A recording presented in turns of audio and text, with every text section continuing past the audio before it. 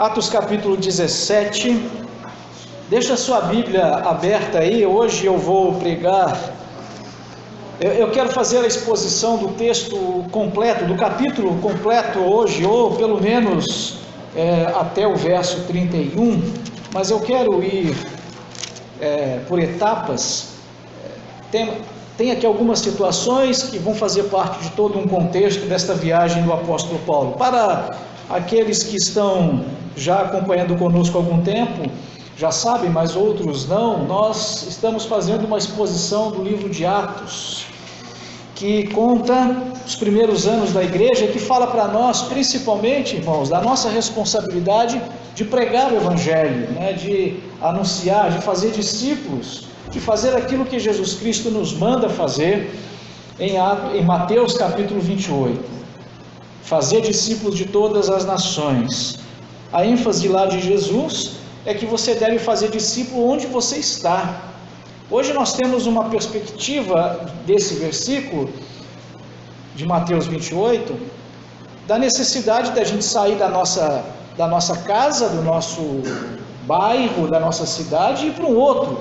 É isso que é fazer discípulo, mas não é essa a ênfase de Jesus. A ênfase de Jesus é onde você está, faça discípulos. Se você for enviado para algum outro lugar, faça discípulos. Se não, faça discípulo onde você está, seus vizinhos, amigos, as pessoas na escola, os colegas de classe e tudo mais. O livro de Atos então nos conta a respeito disso. Nós estamos agora na segunda viagem missionária do apóstolo Paulo, agora junto com seu companheiro Silas. Iniciamos aqui no versículo 1 assim: tendo passado por Anfípolis. Eu comecei a ler o 17, é o 16. Se eu falei 17, eu cometi um ato falho. Falei 17, não foi? Não, então eu cometi um ato falho, me perdoe. É o 16. Chegou também a Derbe e a Listra. Havia ali um discípulo chamado Timóteo, filho de uma judia crente, mas de pai grego. Dele davam bom testemunho os irmãos em Listra e Icônio. Quis Paulo que ele fosse em sua companhia, e por isso circuncidou por causa dos judeus daqueles lugares, pois todos sabiam que seu pai era grego. Ao passar pelas cidades, entregavam aos irmãos, para que as observassem, as decisões tomadas pelos apóstolos e presbíteros de Jerusalém. Assim as igrejas eram fortalecidas na fé, dia a dia aumentava em número. Vamos parar por aqui por enquanto, irmãos, e analisar brevemente isso aqui. Eu vou analisando por partes e já aplicando para nós princípios para os nossos dias de hoje. Acabou a pilha do microfone aqui? Ainda bem que tem um reserva, né? Muito bem. Ok? Dá para ouvir? Amém? O apóstolo Paulo, então, ele sai com Silas. Eu acho que tem um mapa aqui atrás. Então ele começa aqui embaixo, né? Onde a gente está vendo Samaria, Jerusalém aqui, Judeia. E sobe. Agora ele não vai mais pelo mar. E ele sobe. E a gente está vendo ali Antioquia, a cidade de Tarso, onde o apóstolo Paulo era nascido, e aí ele chega nas cidades de Derbe e Listra. A gente já viu que ele tinha feito essas cidades, já tinha feito essa viagem missionária a essas cidades, talvez aqui 2, 3 anos antes dessa. Ali foram plantadas igrejas. Provavelmente, nessa primeira viagem missionária, a mãe de Timóteo tenha convertido e ficou firme. O filho, então, Timóteo, possivelmente converteu-se depois. O fato era que Timóteo era filho dessa mulher judia, o pai era grego. Por essa razão ele não havia sido circuncidado, que era um costume judaico. A gente sabe que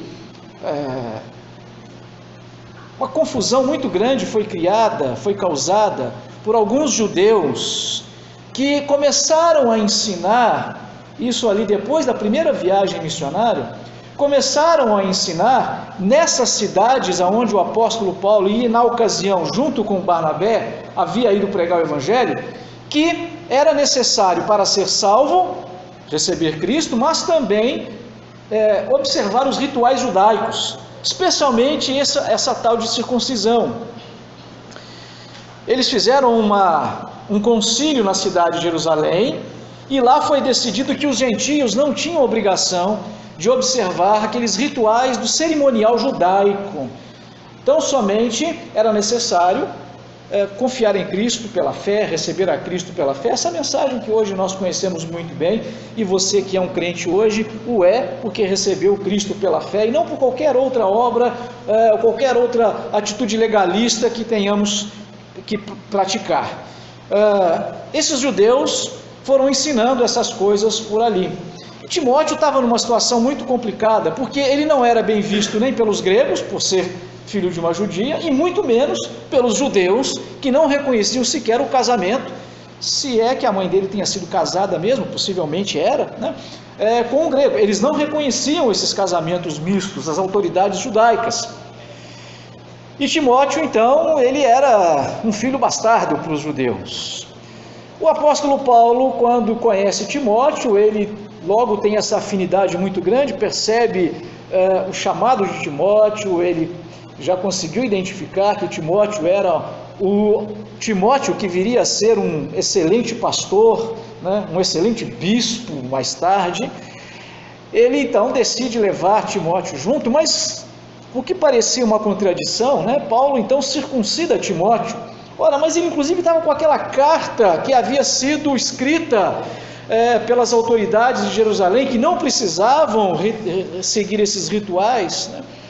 O fato é que o apóstolo Paulo, ele sabia muito bem, quando precisava lidar com os judeus, agir como os judeus, quando precisava lidar com os gentios, agir como os gentios. Isso não quer dizer que ele iria praticar as mesmas obras das trevas que as pessoas praticavam, mas culturalmente não tinha nenhum problema, ele não queria usar a cultura para ser um empecilho na pregação do evangelho. E sendo Timóteo um judeu de nascimento, não haveria nenhum problema que ele fosse circuncidado. Irmãos, hoje em dia nós temos muitas igrejas locais, igrejas evangélicas no Brasil, que tem um monte de coisa de judeu, né? Existe uma distorção para o outro lado. Então, elementos judaicos são trazidos para o culto. Começar culto tocando o shofar, usar aquele chapeuzinho lá que o judeu usa, bandeira de Israel, essas coisas. Do ponto de vista cultural, eu gosto da cultura judaica, eu acho bacana, não tem problema nenhum isso. O problema é quando algumas igrejas começam a ensinar que essas coisas têm uma unção especial, né? O culto é mais culto se começar, em vez de falar boa noite, irmãos, vamos começar nosso culto, toca o shofar. Aí esse culto é melhor. Quando começa a ter essas ideias, aí é problemático. Mas fora isso, é cultura. Então, nós não temos grandes problemas com relação a essas coisas. O fato é que nós, na pregação do Evangelho, devemos saber separar aquilo que é puramente uma manifestação cultural. E se fala muito em missões, né? No nosso dia a dia a gente não pensa muito sobre isso, mas a gente contextualizar a mensagem do Evangelho para que seja pregado o Evangelho. Por exemplo, semana passada, domingo passado, nós falamos aqui com que roupa eu vou, né? E eu até estava com medo de falar sobre isso, mas graças a Deus foi o Espírito Santo de Deus que realmente inspirou para isso. Mas você tem uma ideia, nós falamos então de roupas nesse sentido, mas eu me lembro de há muitos anos atrás ter ouvido informações de que existem alguns grupos, algumas tribos na África em que as mulheres vão para o culto completamente nuas da cintura para cima. Olha que contradição, não? Porque na cultura desse lugar, as mulheres que têm filhos e que amamentam ou já amamentaram. Na cultura desse lugar, o ato de amamentar, o ser mãe, é algo tão precioso, tão valorizado, que ser mãe é algo muito, muito sublime, e eles não têm nenhuma ideia de sensualidade a ponto de as mulheres poderem fazer isso. Você vê como é que a cultura é um troço complicado. Então, evidentemente que se eu tivesse que pregar essa mensagem lá, ela teria que ser absolutamente contextualizada, né? Você vê como é que a coisa funciona. Essa ideia de mãe, então, nesses lugares é tão importante que se tiver duas pessoas brigando, uma briga de rua, né? E eles falam assim, ó, se tiver uma mulher grávida, joga a mulher grávida ali no meio, que a briga para na mesma hora, porque eles valorizam, é uma coisa impressionante, nós na cultura não entendemos, a nossa cultura. Por isso a necessidade de, quando pregarmos o Evangelho, entendermos exatamente o que é a cultura para anunciar o Evangelho. É lógico que dentro do nosso país, dentro do nosso estado, e falando principalmente para nós aqui da nossa Costa Sul, aqui de São Sebastião, você sabe que o nosso campo missionário é a Costa Sul, nesse sentido de aculturação a gente não vai ter muito problema, a gente tudo aqui está muito dentro disso, mas o que fica de princípio para nós, irmãos, de aplicação para nós nesses dias, é que nós temos que pregar o Evangelho e na pregação do Evangelho aprendermos a falar de maneira culturalmente aceitável para as pessoas, e devemos separar o que é cultura do que é realmente elemento ali da palavra de Deus, o que é doutrina bíblica. Isso é muito importante. Aquilo que não fere a doutrina bíblica, olha, não vamos criar um cavalo de batalha em cima disso. Então, se para anunciar o Evangelho para os judeus, o Timóteo tivesse que ser circuncidado, ok, então não vamos brigar por causa disso. Aí a gente vê esse espírito manso nesse sentido do apóstolo Paulo. Outra aplicação que eu quero tirar para nós aqui é o versículo 5, que fala: assim as igrejas eram fortalecidas na fé, dia a dia aumentavam em número. Às vezes nós pensamos, irmãos, o que significa isso, Senhor? Essa questão de aumentar em número, né? Nós cometemos alguns equívocos quando pensamos na igreja crescendo. Muitas vezes, em nome do crescimento numérico, a gente abre mão da doutrina. Você sabe que falar coisas que são sobre pecado, isso espanta as pessoas. O liberalismo teológico dentro do meio evangélico, né, é tão grande, e há igrejas, denominações, quando os pastores vão ser contratados, eles dizem: olha, não prega sobre negócio de pecado, não fala nada, melhor não falar nada sobre isso ou aquilo, alguns costumes, algumas coisas é melhor não falar porque vai chocar as pessoas, porque o nosso objetivo é crescer, o objetivo é o número. Então, em função disso, alarga muito esse caminho. Mas por outro lado, a igreja cresce. Nós vemos no livro de Atos a igreja num constante crescimento. Talvez aqui, irmãos, o que eu enxergo disso é que quando nós pensamos em termos de crescimento da igreja, a gente precisa entender e diferenciar igreja local de igreja global, igreja de Jesus Cristo espalhada pelo mundo inteiro, né?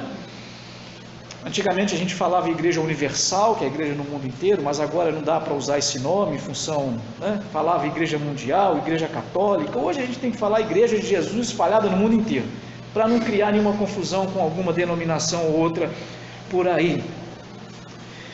Se bem que algumas delas não são denominações, na verdade são empreendimentos financeiros religiosos, né?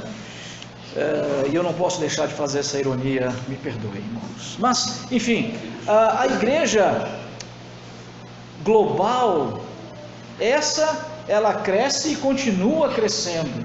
Já a igreja local, às vezes sim, às vezes não. Nós não podemos pensar que a igreja de Cristo só cresce, numericamente falando, se a nossa igreja local crescer em número. É claro que temos que crescer, pregar o evangelho, realizar batismos, isso é importante, é claro que isso mas vai ser assim, mas nós não podemos medir o crescimento da igreja de Cristo espalhada no mundo através do crescimento da nossa igreja local. Então nós precisamos refletir sobre isso e às vezes pensar, olha, apesar da nossa igreja não estar crescendo em números, mas a igreja de Cristo está, e nós estamos contribuindo, essa igreja local aqui está contribuindo para o crescimento da igreja de Cristo, com as nossas ofertas missionárias e localmente com o nosso PEP. Muitas pessoas estão em alguma igreja evangélica por aqui na nossa região, mas que foram ou evangelizadas ou renovada, não, como é que a gente fala? Quando a pessoa volta para Jesus, reconciliada, obrigado, reconciliadas por causa do PEP, mas foram para suas igrejas onde começaram. O reino de Cristo está crescendo, então a igreja de Jesus está crescendo através da nossa obra de evangelização.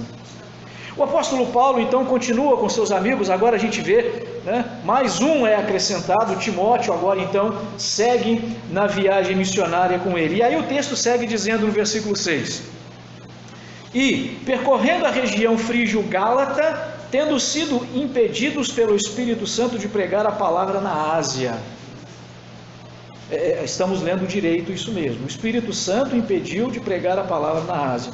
Defrontando Mísia, tentaram ir para a Bitínia. Se você olhar no mapa, está vendo lá em cima, Antioquia da Pisídia, a Bitínia é à direita, seguiria aqui onde está chegando Capadócia, se bem que ela é mais lá para o lado do litoral. O apóstolo Paulo, aqui de Listra, ele queria ir para a direita nesse mapa. Esse era o plano da equipe missionária. Defrontando Mísia, tentavam ir a Bitínia, mas o Espírito de Jesus não permitiu. E, tendo contornado a Mísia, desceram a Troade. À noite sobreveio a Paulo uma visão, na qual um varão macedônio estava em pé e lhe rogava, dizendo: passa a Macedônia e ajuda-nos. Assim que teve a visão, imediatamente procuramos partir para aquele destino, concluindo que Deus nos havia chamado para lhes anunciar o Evangelho. Irmãos, o que nós vimos aqui então, o mapa já está dizendo, mostrando, o texto é muito claro, não há muito o que expor o texto nesse sentido. Após um período talvez curto ali em Listra e Derbe, vem Timóteo, circuncida Timóteo, espera Timóteo se recuperar fisicamente e confortou as igrejas que estavam nessas duas cidades. Eles então fazem planos de ir para o norte ali, você olhando no mapa, mas o texto está dizendo que o Espírito Santo impediu. Primeira coisa que isso nos fala é de que Deus é soberano. A palavra de Deus, ela simplesmente diz isso, e não compete a nós questionar, mas Deus, eu não entendo, o Senhor estava impedindo, o Espírito Santo impedindo de pregar a palavra, como pode isso? O impedimento aqui não foi maligno, não foi Satanás, como Paulo já fala em algumas outras vezes, que Satanás impediu de pregar o Evangelho. Aqui o próprio Espírito Santo fez essa ação, e no versículo 6 e o versículo 7 reforça, que o Espírito Santo, o Espírito de Jesus, impediu que eles seguissem esse plano. Deus é soberano, os planos são dele e não nosso. Deus jamais abriu mão e jamais abrirá mão da sua capacidade de escolher. Deus decide o que ele quer fazer e o que ele não quer fazer.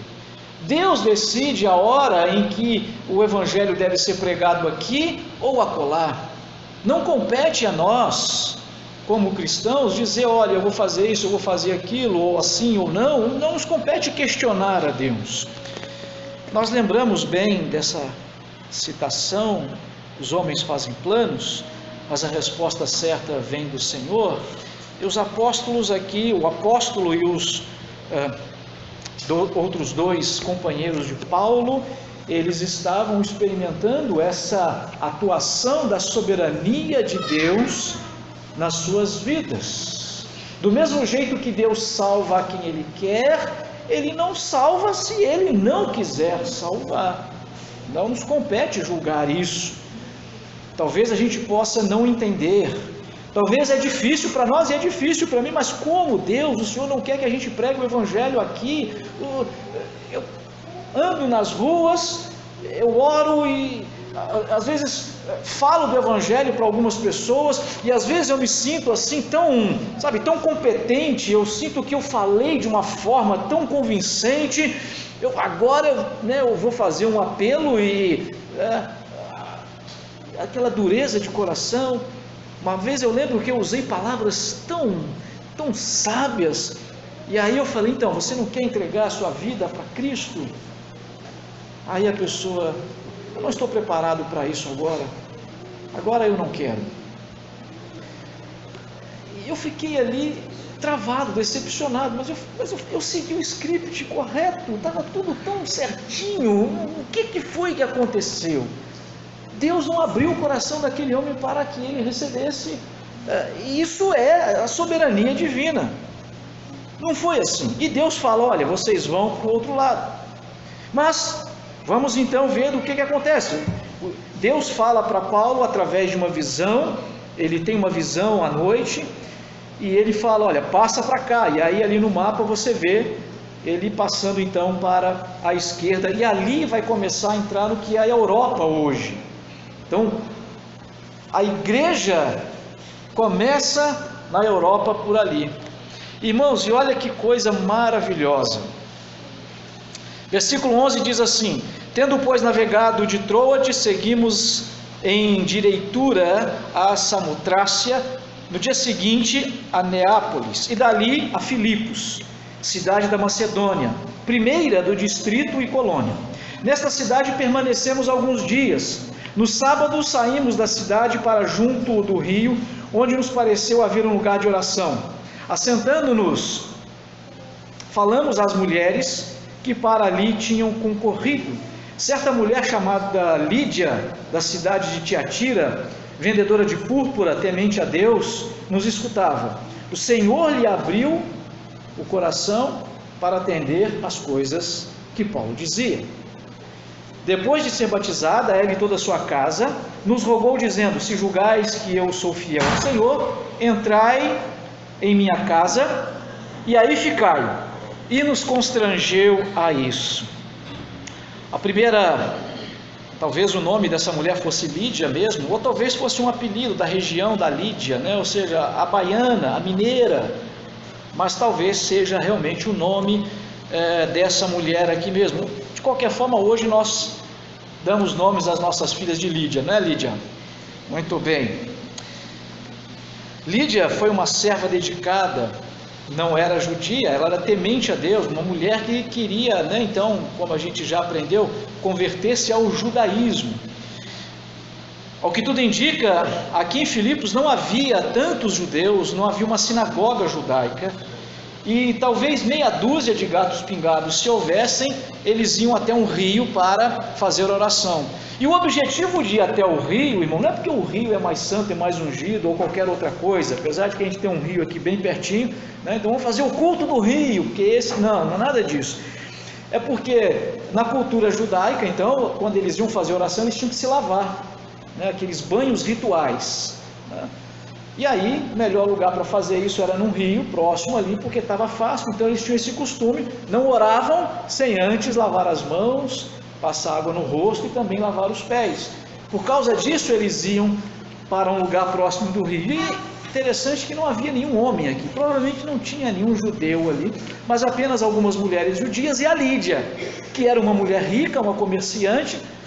Ela era vendedora de tecido, e esse tecido aqui era caríssimo, Não dá para saber se ela era viúva ou o que mais, mas o fato é que ela era a chefe da sua casa, ela tinha escravos e escravas a seu comando, era uma mulher de posses. E essa mulher aqui, ela converteu-se. Não diz respeito às outras mulheres, mas o fato é que ela entregou a vida ao Senhor Jesus, já estava perto do rio, então foi batizada, né? Ainda bem. E aí, como eu sempre brinco com os meus irmãos presbiterianos, a quem eu admiro muito, já disse isso, né? Não fosse só esse detalhezinho, eu acho que eu seria presbiteriano, né?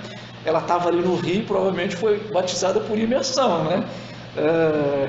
Mas de repente trouxeram um copo d'água ali, mas é o batismo batista, né? E tem que afundar mesmo, se não afundar, não batizou, né? Eu já vi um pastor afundando a pessoa 3 vezes, porque não olhou aqui o toquinho da cabeça, eu já vi isso.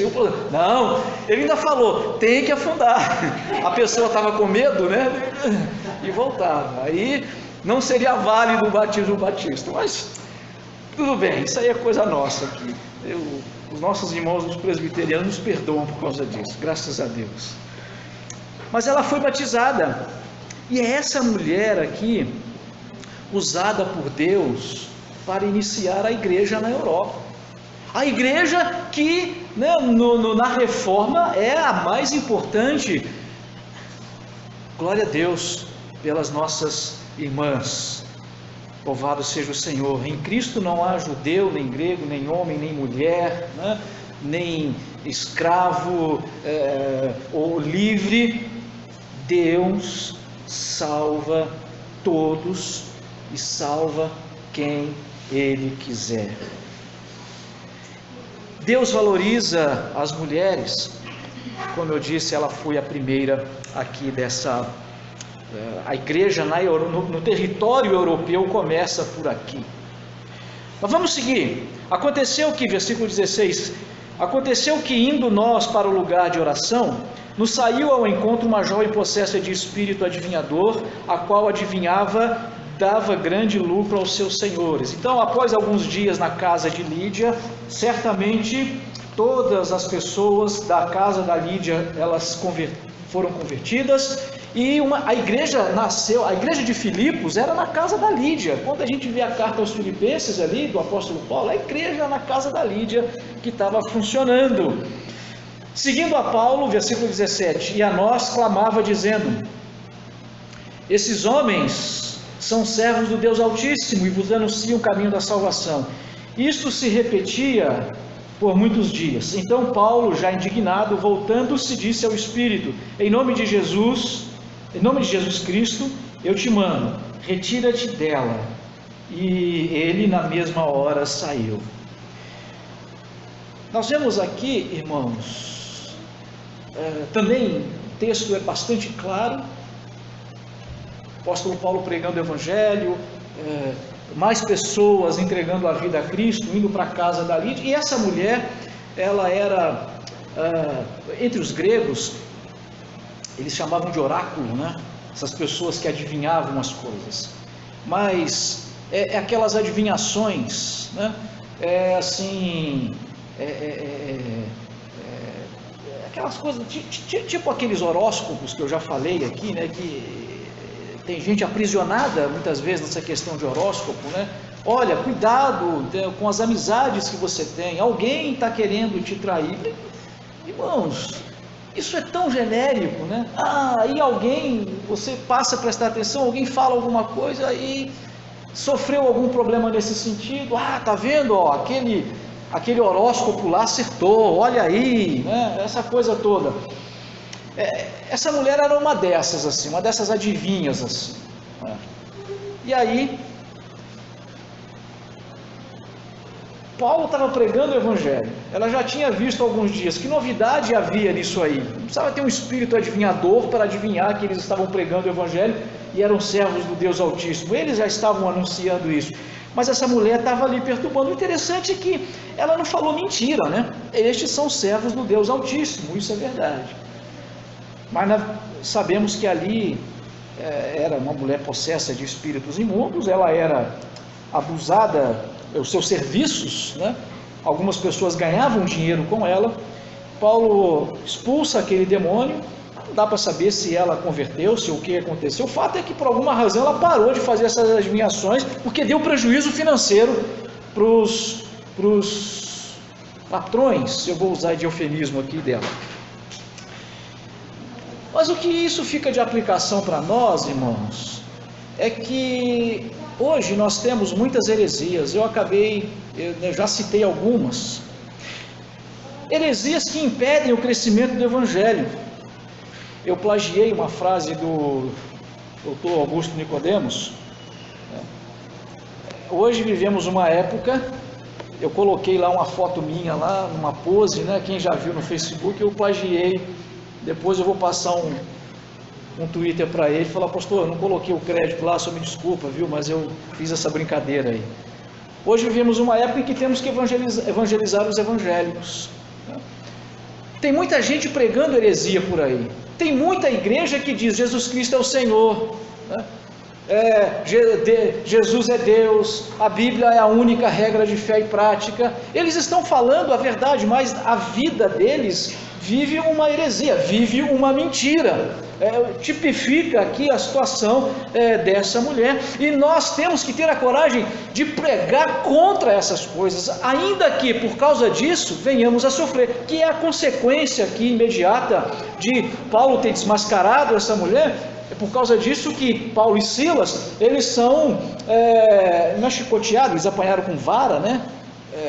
Mas enfim, vamos usar aqui, foram chicoteados, foram torturados e foram presos. E eu sei que algumas vezes, algumas pessoas já acharam ruim: pastor, não fica falando mal dos outros, não, ele está pregando lá na televisão, está pregando na televisão coisa nenhuma, está enganando as pessoas, está falando um monte de heresia, um monte de mentira, citando algumas frases verdadeiras. Não, irmãos, assim é a mesma coisa que dizer todos os caminhos levam a Deus, né? Todas as estradas levam a Deus. Isso não é verdade. Muitas pessoas, a minha mãe se incluía numa delas, recebia qualquer um em casa: não, está falando de Deus, tudo bem, né? Desde que fale de Deus, fala do Evangelho, fala da palavra de Deus, não tem problema nenhum. É claro que tem problema sim, porque uma seita é uma falsa religião. O hinduísmo é uma seita, né? Confucionismo é uma seita, mas a heresia é alguma coisa que tem muitos elementos de cristianismo, mas ou tem algo em excesso ou tem algo em falta. Dizer que Jesus Cristo salva, que Jesus Cristo morreu na cruz e que você precisa aceitar Jesus como o Senhor da sua vida e interceder e pedir que Maria interceda por você, isso é dividir a glória única e exclusiva de Jesus. Isso é a mesma coisa que nada. Essa verdade, que Jesus Cristo é o Senhor, é a mesma coisa que nada, porque é adicionado um elemento de mentira ali. Dizer que Jesus Cristo salva, que Jesus Cristo morreu por você, mas que Ele é a primeira criatura que Deus criou, isso é uma heresia e não serve para nós. Agora tem outras mais sutis, muito mais sutis, e que nós precisamos sim pregar e falar contra essas heresias. E muitas vezes isso vai nos trazer problemas. Eu vou pular aqui do versículo 19 até o versículo 26, porque aqui dá a consequência. O apóstolo Paulo e Silas são arrastados, são espancados e são entregues a um carcereiro, amarrados num tronco lá no fundo de uma caverna escura, de uma cadeia escura. E depois de terem apanhado muito, sofreram fisicamente porque estavam pregando o Evangelho. Outra coisa que eu sempre digo, irmão: sofrimento que conta é o sofrimento por pregação do Evangelho. Sofrimento porque erramos, esse não conta, né? Não adiciona pedrinha na nossa coroa, por assim dizer, né? O que conta é o sofrimento por causa do Evangelho, pregar exclusivamente por causa do Evangelho. Quando sofremos porque pecamos e erramos, o que devemos é pedir perdão, nos quebrantar, reconhecer o erro, reconhecer que pecamos e pedir pela misericórdia de Deus para nos livrar do sofrimento, né? Sim, é claro que Deus pode fazer isso, mas aqui vimos que esses homens sofreram porque pregaram o Evangelho. Versículo 27 então diz assim: o carcereiro despertou do sono e, vendo as portas do cárcere, puxando da espada, ia suicidar-se, supondo que os presos tivessem fugido. Mas Paulo bradou em alta voz: não te faças nenhum mal, que todos aqui estamos. Então o carcereiro, tendo pedido uma luz, entrou precipitadamente e trêmulo prostou-se diante de Paulo e Silas. Depois, trazendo-os para fora, disse: senhores, que devo fazer para que seja salvo? Respondeu-lhe: crê no Senhor Jesus e serás salvo, tu e a tua casa. E lhe pregaram a palavra de Deus e todos os de sua casa. Naquela mesma hora da noite, cuidando deles, lavou-lhes os vergões e os açoites. A seguir foi ele batizado e todos os seus. Então, levando-os para a sua própria casa, lhes pôs a mesa, e com todos os seus manifestava grande alegria por terem crido em Deus. Temos aqui o relato da conversão desse carcereiro, os sofrimentos que eles sofreram produziu um peso de glória muito grande para Deus, porque uma família numerosa entregou a vida a Jesus. E aqui eu preciso, já que eu bati num lado, eu vou agora bater do outro, né? Aqui talvez não tinha rio para batizar, e foi batizado, né? E estava numa cadeia. É difícil imaginar que tivesse um batistério na cadeia, não dá para perceber. E como que eles foram batizados ali depois da meia-noite, né? Bom, enfim, muito bem, mas eu não quero entrar nessa polêmica. Provavelmente não apenas o carcereiro, mas a esposa, os filhos. E quando eles dizem aqui, tanto no caso de Lídia quanto no caso do carcereiro, sua casa, essa expressão significava os empregados, os escravos. Então muita gente entregou a vida a Cristo ali naquela noite, foram batizados e foram acrescentados à igreja. Agora, o que eu queria chamar a atenção aqui, irmãos, é também o outro lado da moeda. Porque se por um lado Deus é soberano e Deus nos salva de acordo com a sua soberana vontade, no entanto, nós precisamos exercer fé no Senhor Jesus, fé salvadora, para que essa fé tenha efeito sobre as nossas vidas. Porque se recusarmos o Senhor Jesus, se não entregarmos nossa vida a Jesus, se eu não disser: Jesus, eu te recebo como meu Senhor, já estamos condenados. A nossa salvação, ainda que um presente imerecido de Deus, ainda que uma graça que nós não merecemos, ela nos é dada gratuitamente por Deus. No entanto, se você não exercer a fé em Cristo, se você não confessar a Cristo, se você não fizer a sua profissão de fé, sendo que a maior delas é o batismo, a necessidade do batismo é porque o batismo é onde você confessa que aceitou Jesus. O batismo é o seu compromisso público de conversão. Por isso que é importante o batismo. Apesar de o batismo não ser uma condição sine qua non para a salvação, ser salvo depende somente de Cristo. Muitas vezes a pessoa, na hora da morte, o exemplo clássico é o ladrão arrependido, que não teve tempo para passar pelo batismo. No entanto, é o batismo a nossa profissão de fé, até muito mais do que aquela confissão que nós fazemos na Assembleia de profissão de fé quando nós fazemos. É o batismo que vai dizer, é o batismo que vai ter essa nossa profissão de fé. Então, se nós não professarmos, já estamos condenados.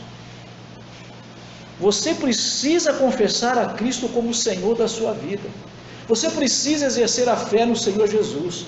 E essa fé não é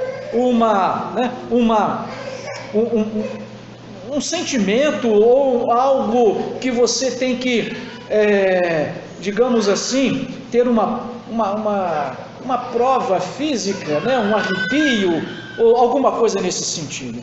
Não, essa convicção, essa fé, essa certeza é você ser convencido de que sim, eu creio, Jesus morreu na cruz pelos meus pecados, eu sou pecador, Nada do que eu possa fazer vai me garantir a salvação. No entanto, o fato de Jesus ter morrido na cruz por mim, é isso que me garante a vida eterna. E quando nós fazemos essa confissão séria, nós estamos expressando a fé em Cristo, e nós precisamos fazer essa confissão. Se você não fez isso, eu vou dizer para você, olha, não saia daqui ainda hoje sem expressar essa confissão de fé. Jesus, eu te recebo como meu Senhor. Irmãos, é um texto, ele realmente tem suas dificuldades, quando diz aqui no versículo 31, crê no Senhor Jesus e será salvo tu e tua casa. Nós não podemos pegar esse texto e dizer que Deus vai salvar toda a minha família porque eu aceitei a Cristo. Isso não é bíblico. A gente costuma dizer, a salvação é individual, cada um precisa exercer a sua fé pessoal em Cristo Jesus. No entanto, quando nós, e é interessante, irmãos, que principalmente quando o chefe da família, quando o esposo, ele é convertido, eu não me lembro agora, mas tem uma estatística da APEC, eu lembro de ter visto isso há muitos anos atrás. Quando o esposo é convertido, é crente, né? Assim, sei lá, em 80% dos casos a família toda é crente. Quando o esposo não é, 30% só do restante da família é crente. O papel do marido, o papel do chefe, do líder da família é extremamente importante. E nessa época aqui, culturalmente, muito mais ainda. A influência que esse homem exerce sobre a esposa e os filhos, ela foi tão importante, não que as pessoas foram salvas por causa da fé dele, do pai, mas o exemplo dele foi muito importante, e isso particularmente a nós, maridos, pais, nos chama muito a atenção. A nossa atitude é muito importante na salvação do restante da nossa família. Quero concluir aqui, irmãos, muito rapidamente, apesar de já ter feito algumas aplicações aqui em bloco, duas coisas. Analisando toda essa primeira trajetória do apóstolo Paulo, de Silas, de Timóteo, de Lucas. Lucas entra aqui na história em Filipos. Lucas, ele estava ali em Filipos também já convertido, e Lucas quando Paulo vai embora, Lucas é deixado para ser o pastor da igreja ali em Filipos. Esses 4 homens ali pregando o evangelho, esses acontecimentos todos aqui, eu quero concluir com duas observações, 2 aplicações. Primeiro, a universalidade da salvação. Quando a palavra de Deus nos diz que Deus amou o mundo para que todo aquele que nele crê não pereça, mas tenha a vida eterna, isso não significa que todos os seres humanos do mundo vão ser salvos. Isso é universalismo.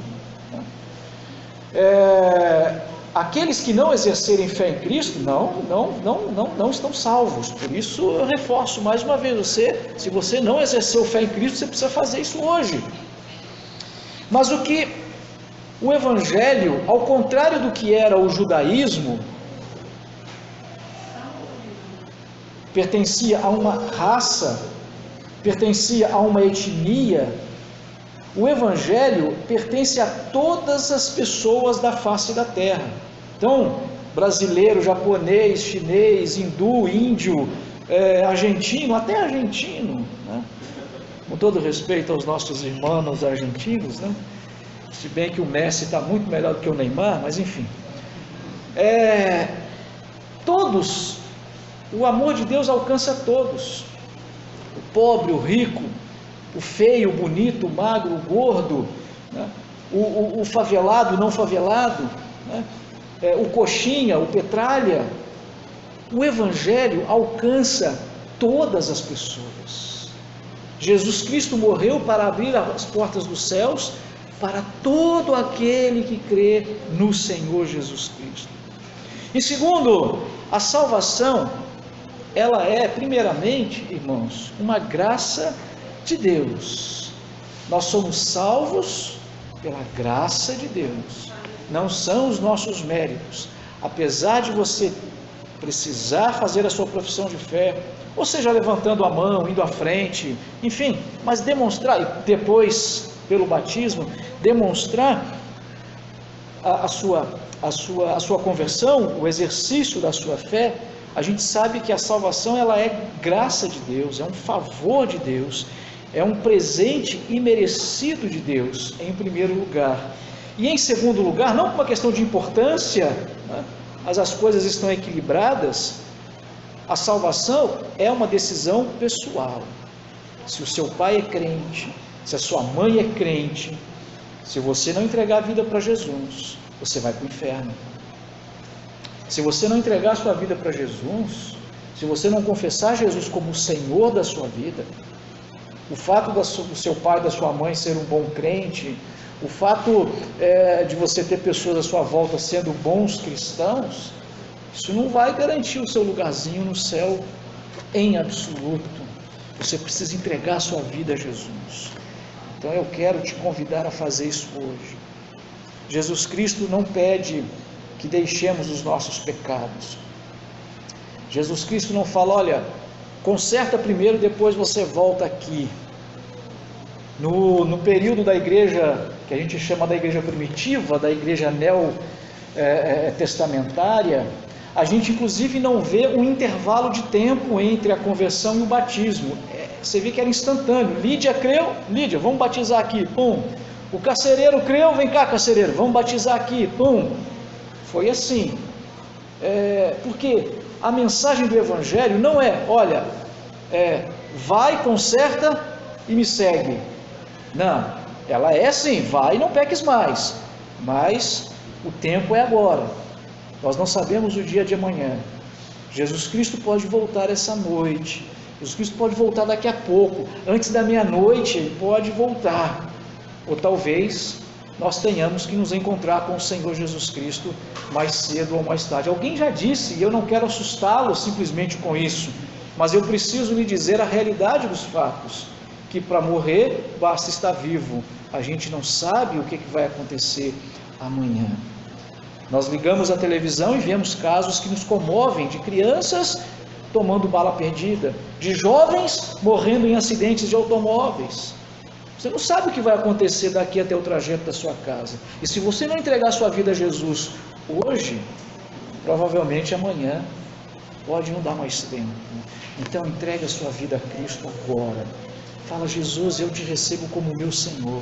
Assim como esse carcereiro, eu te recebo como meu Senhor. Eu quero entregar minha vida ao Senhor Jesus. Ele disse, crê no Senhor Jesus e será salvo. Eu creio.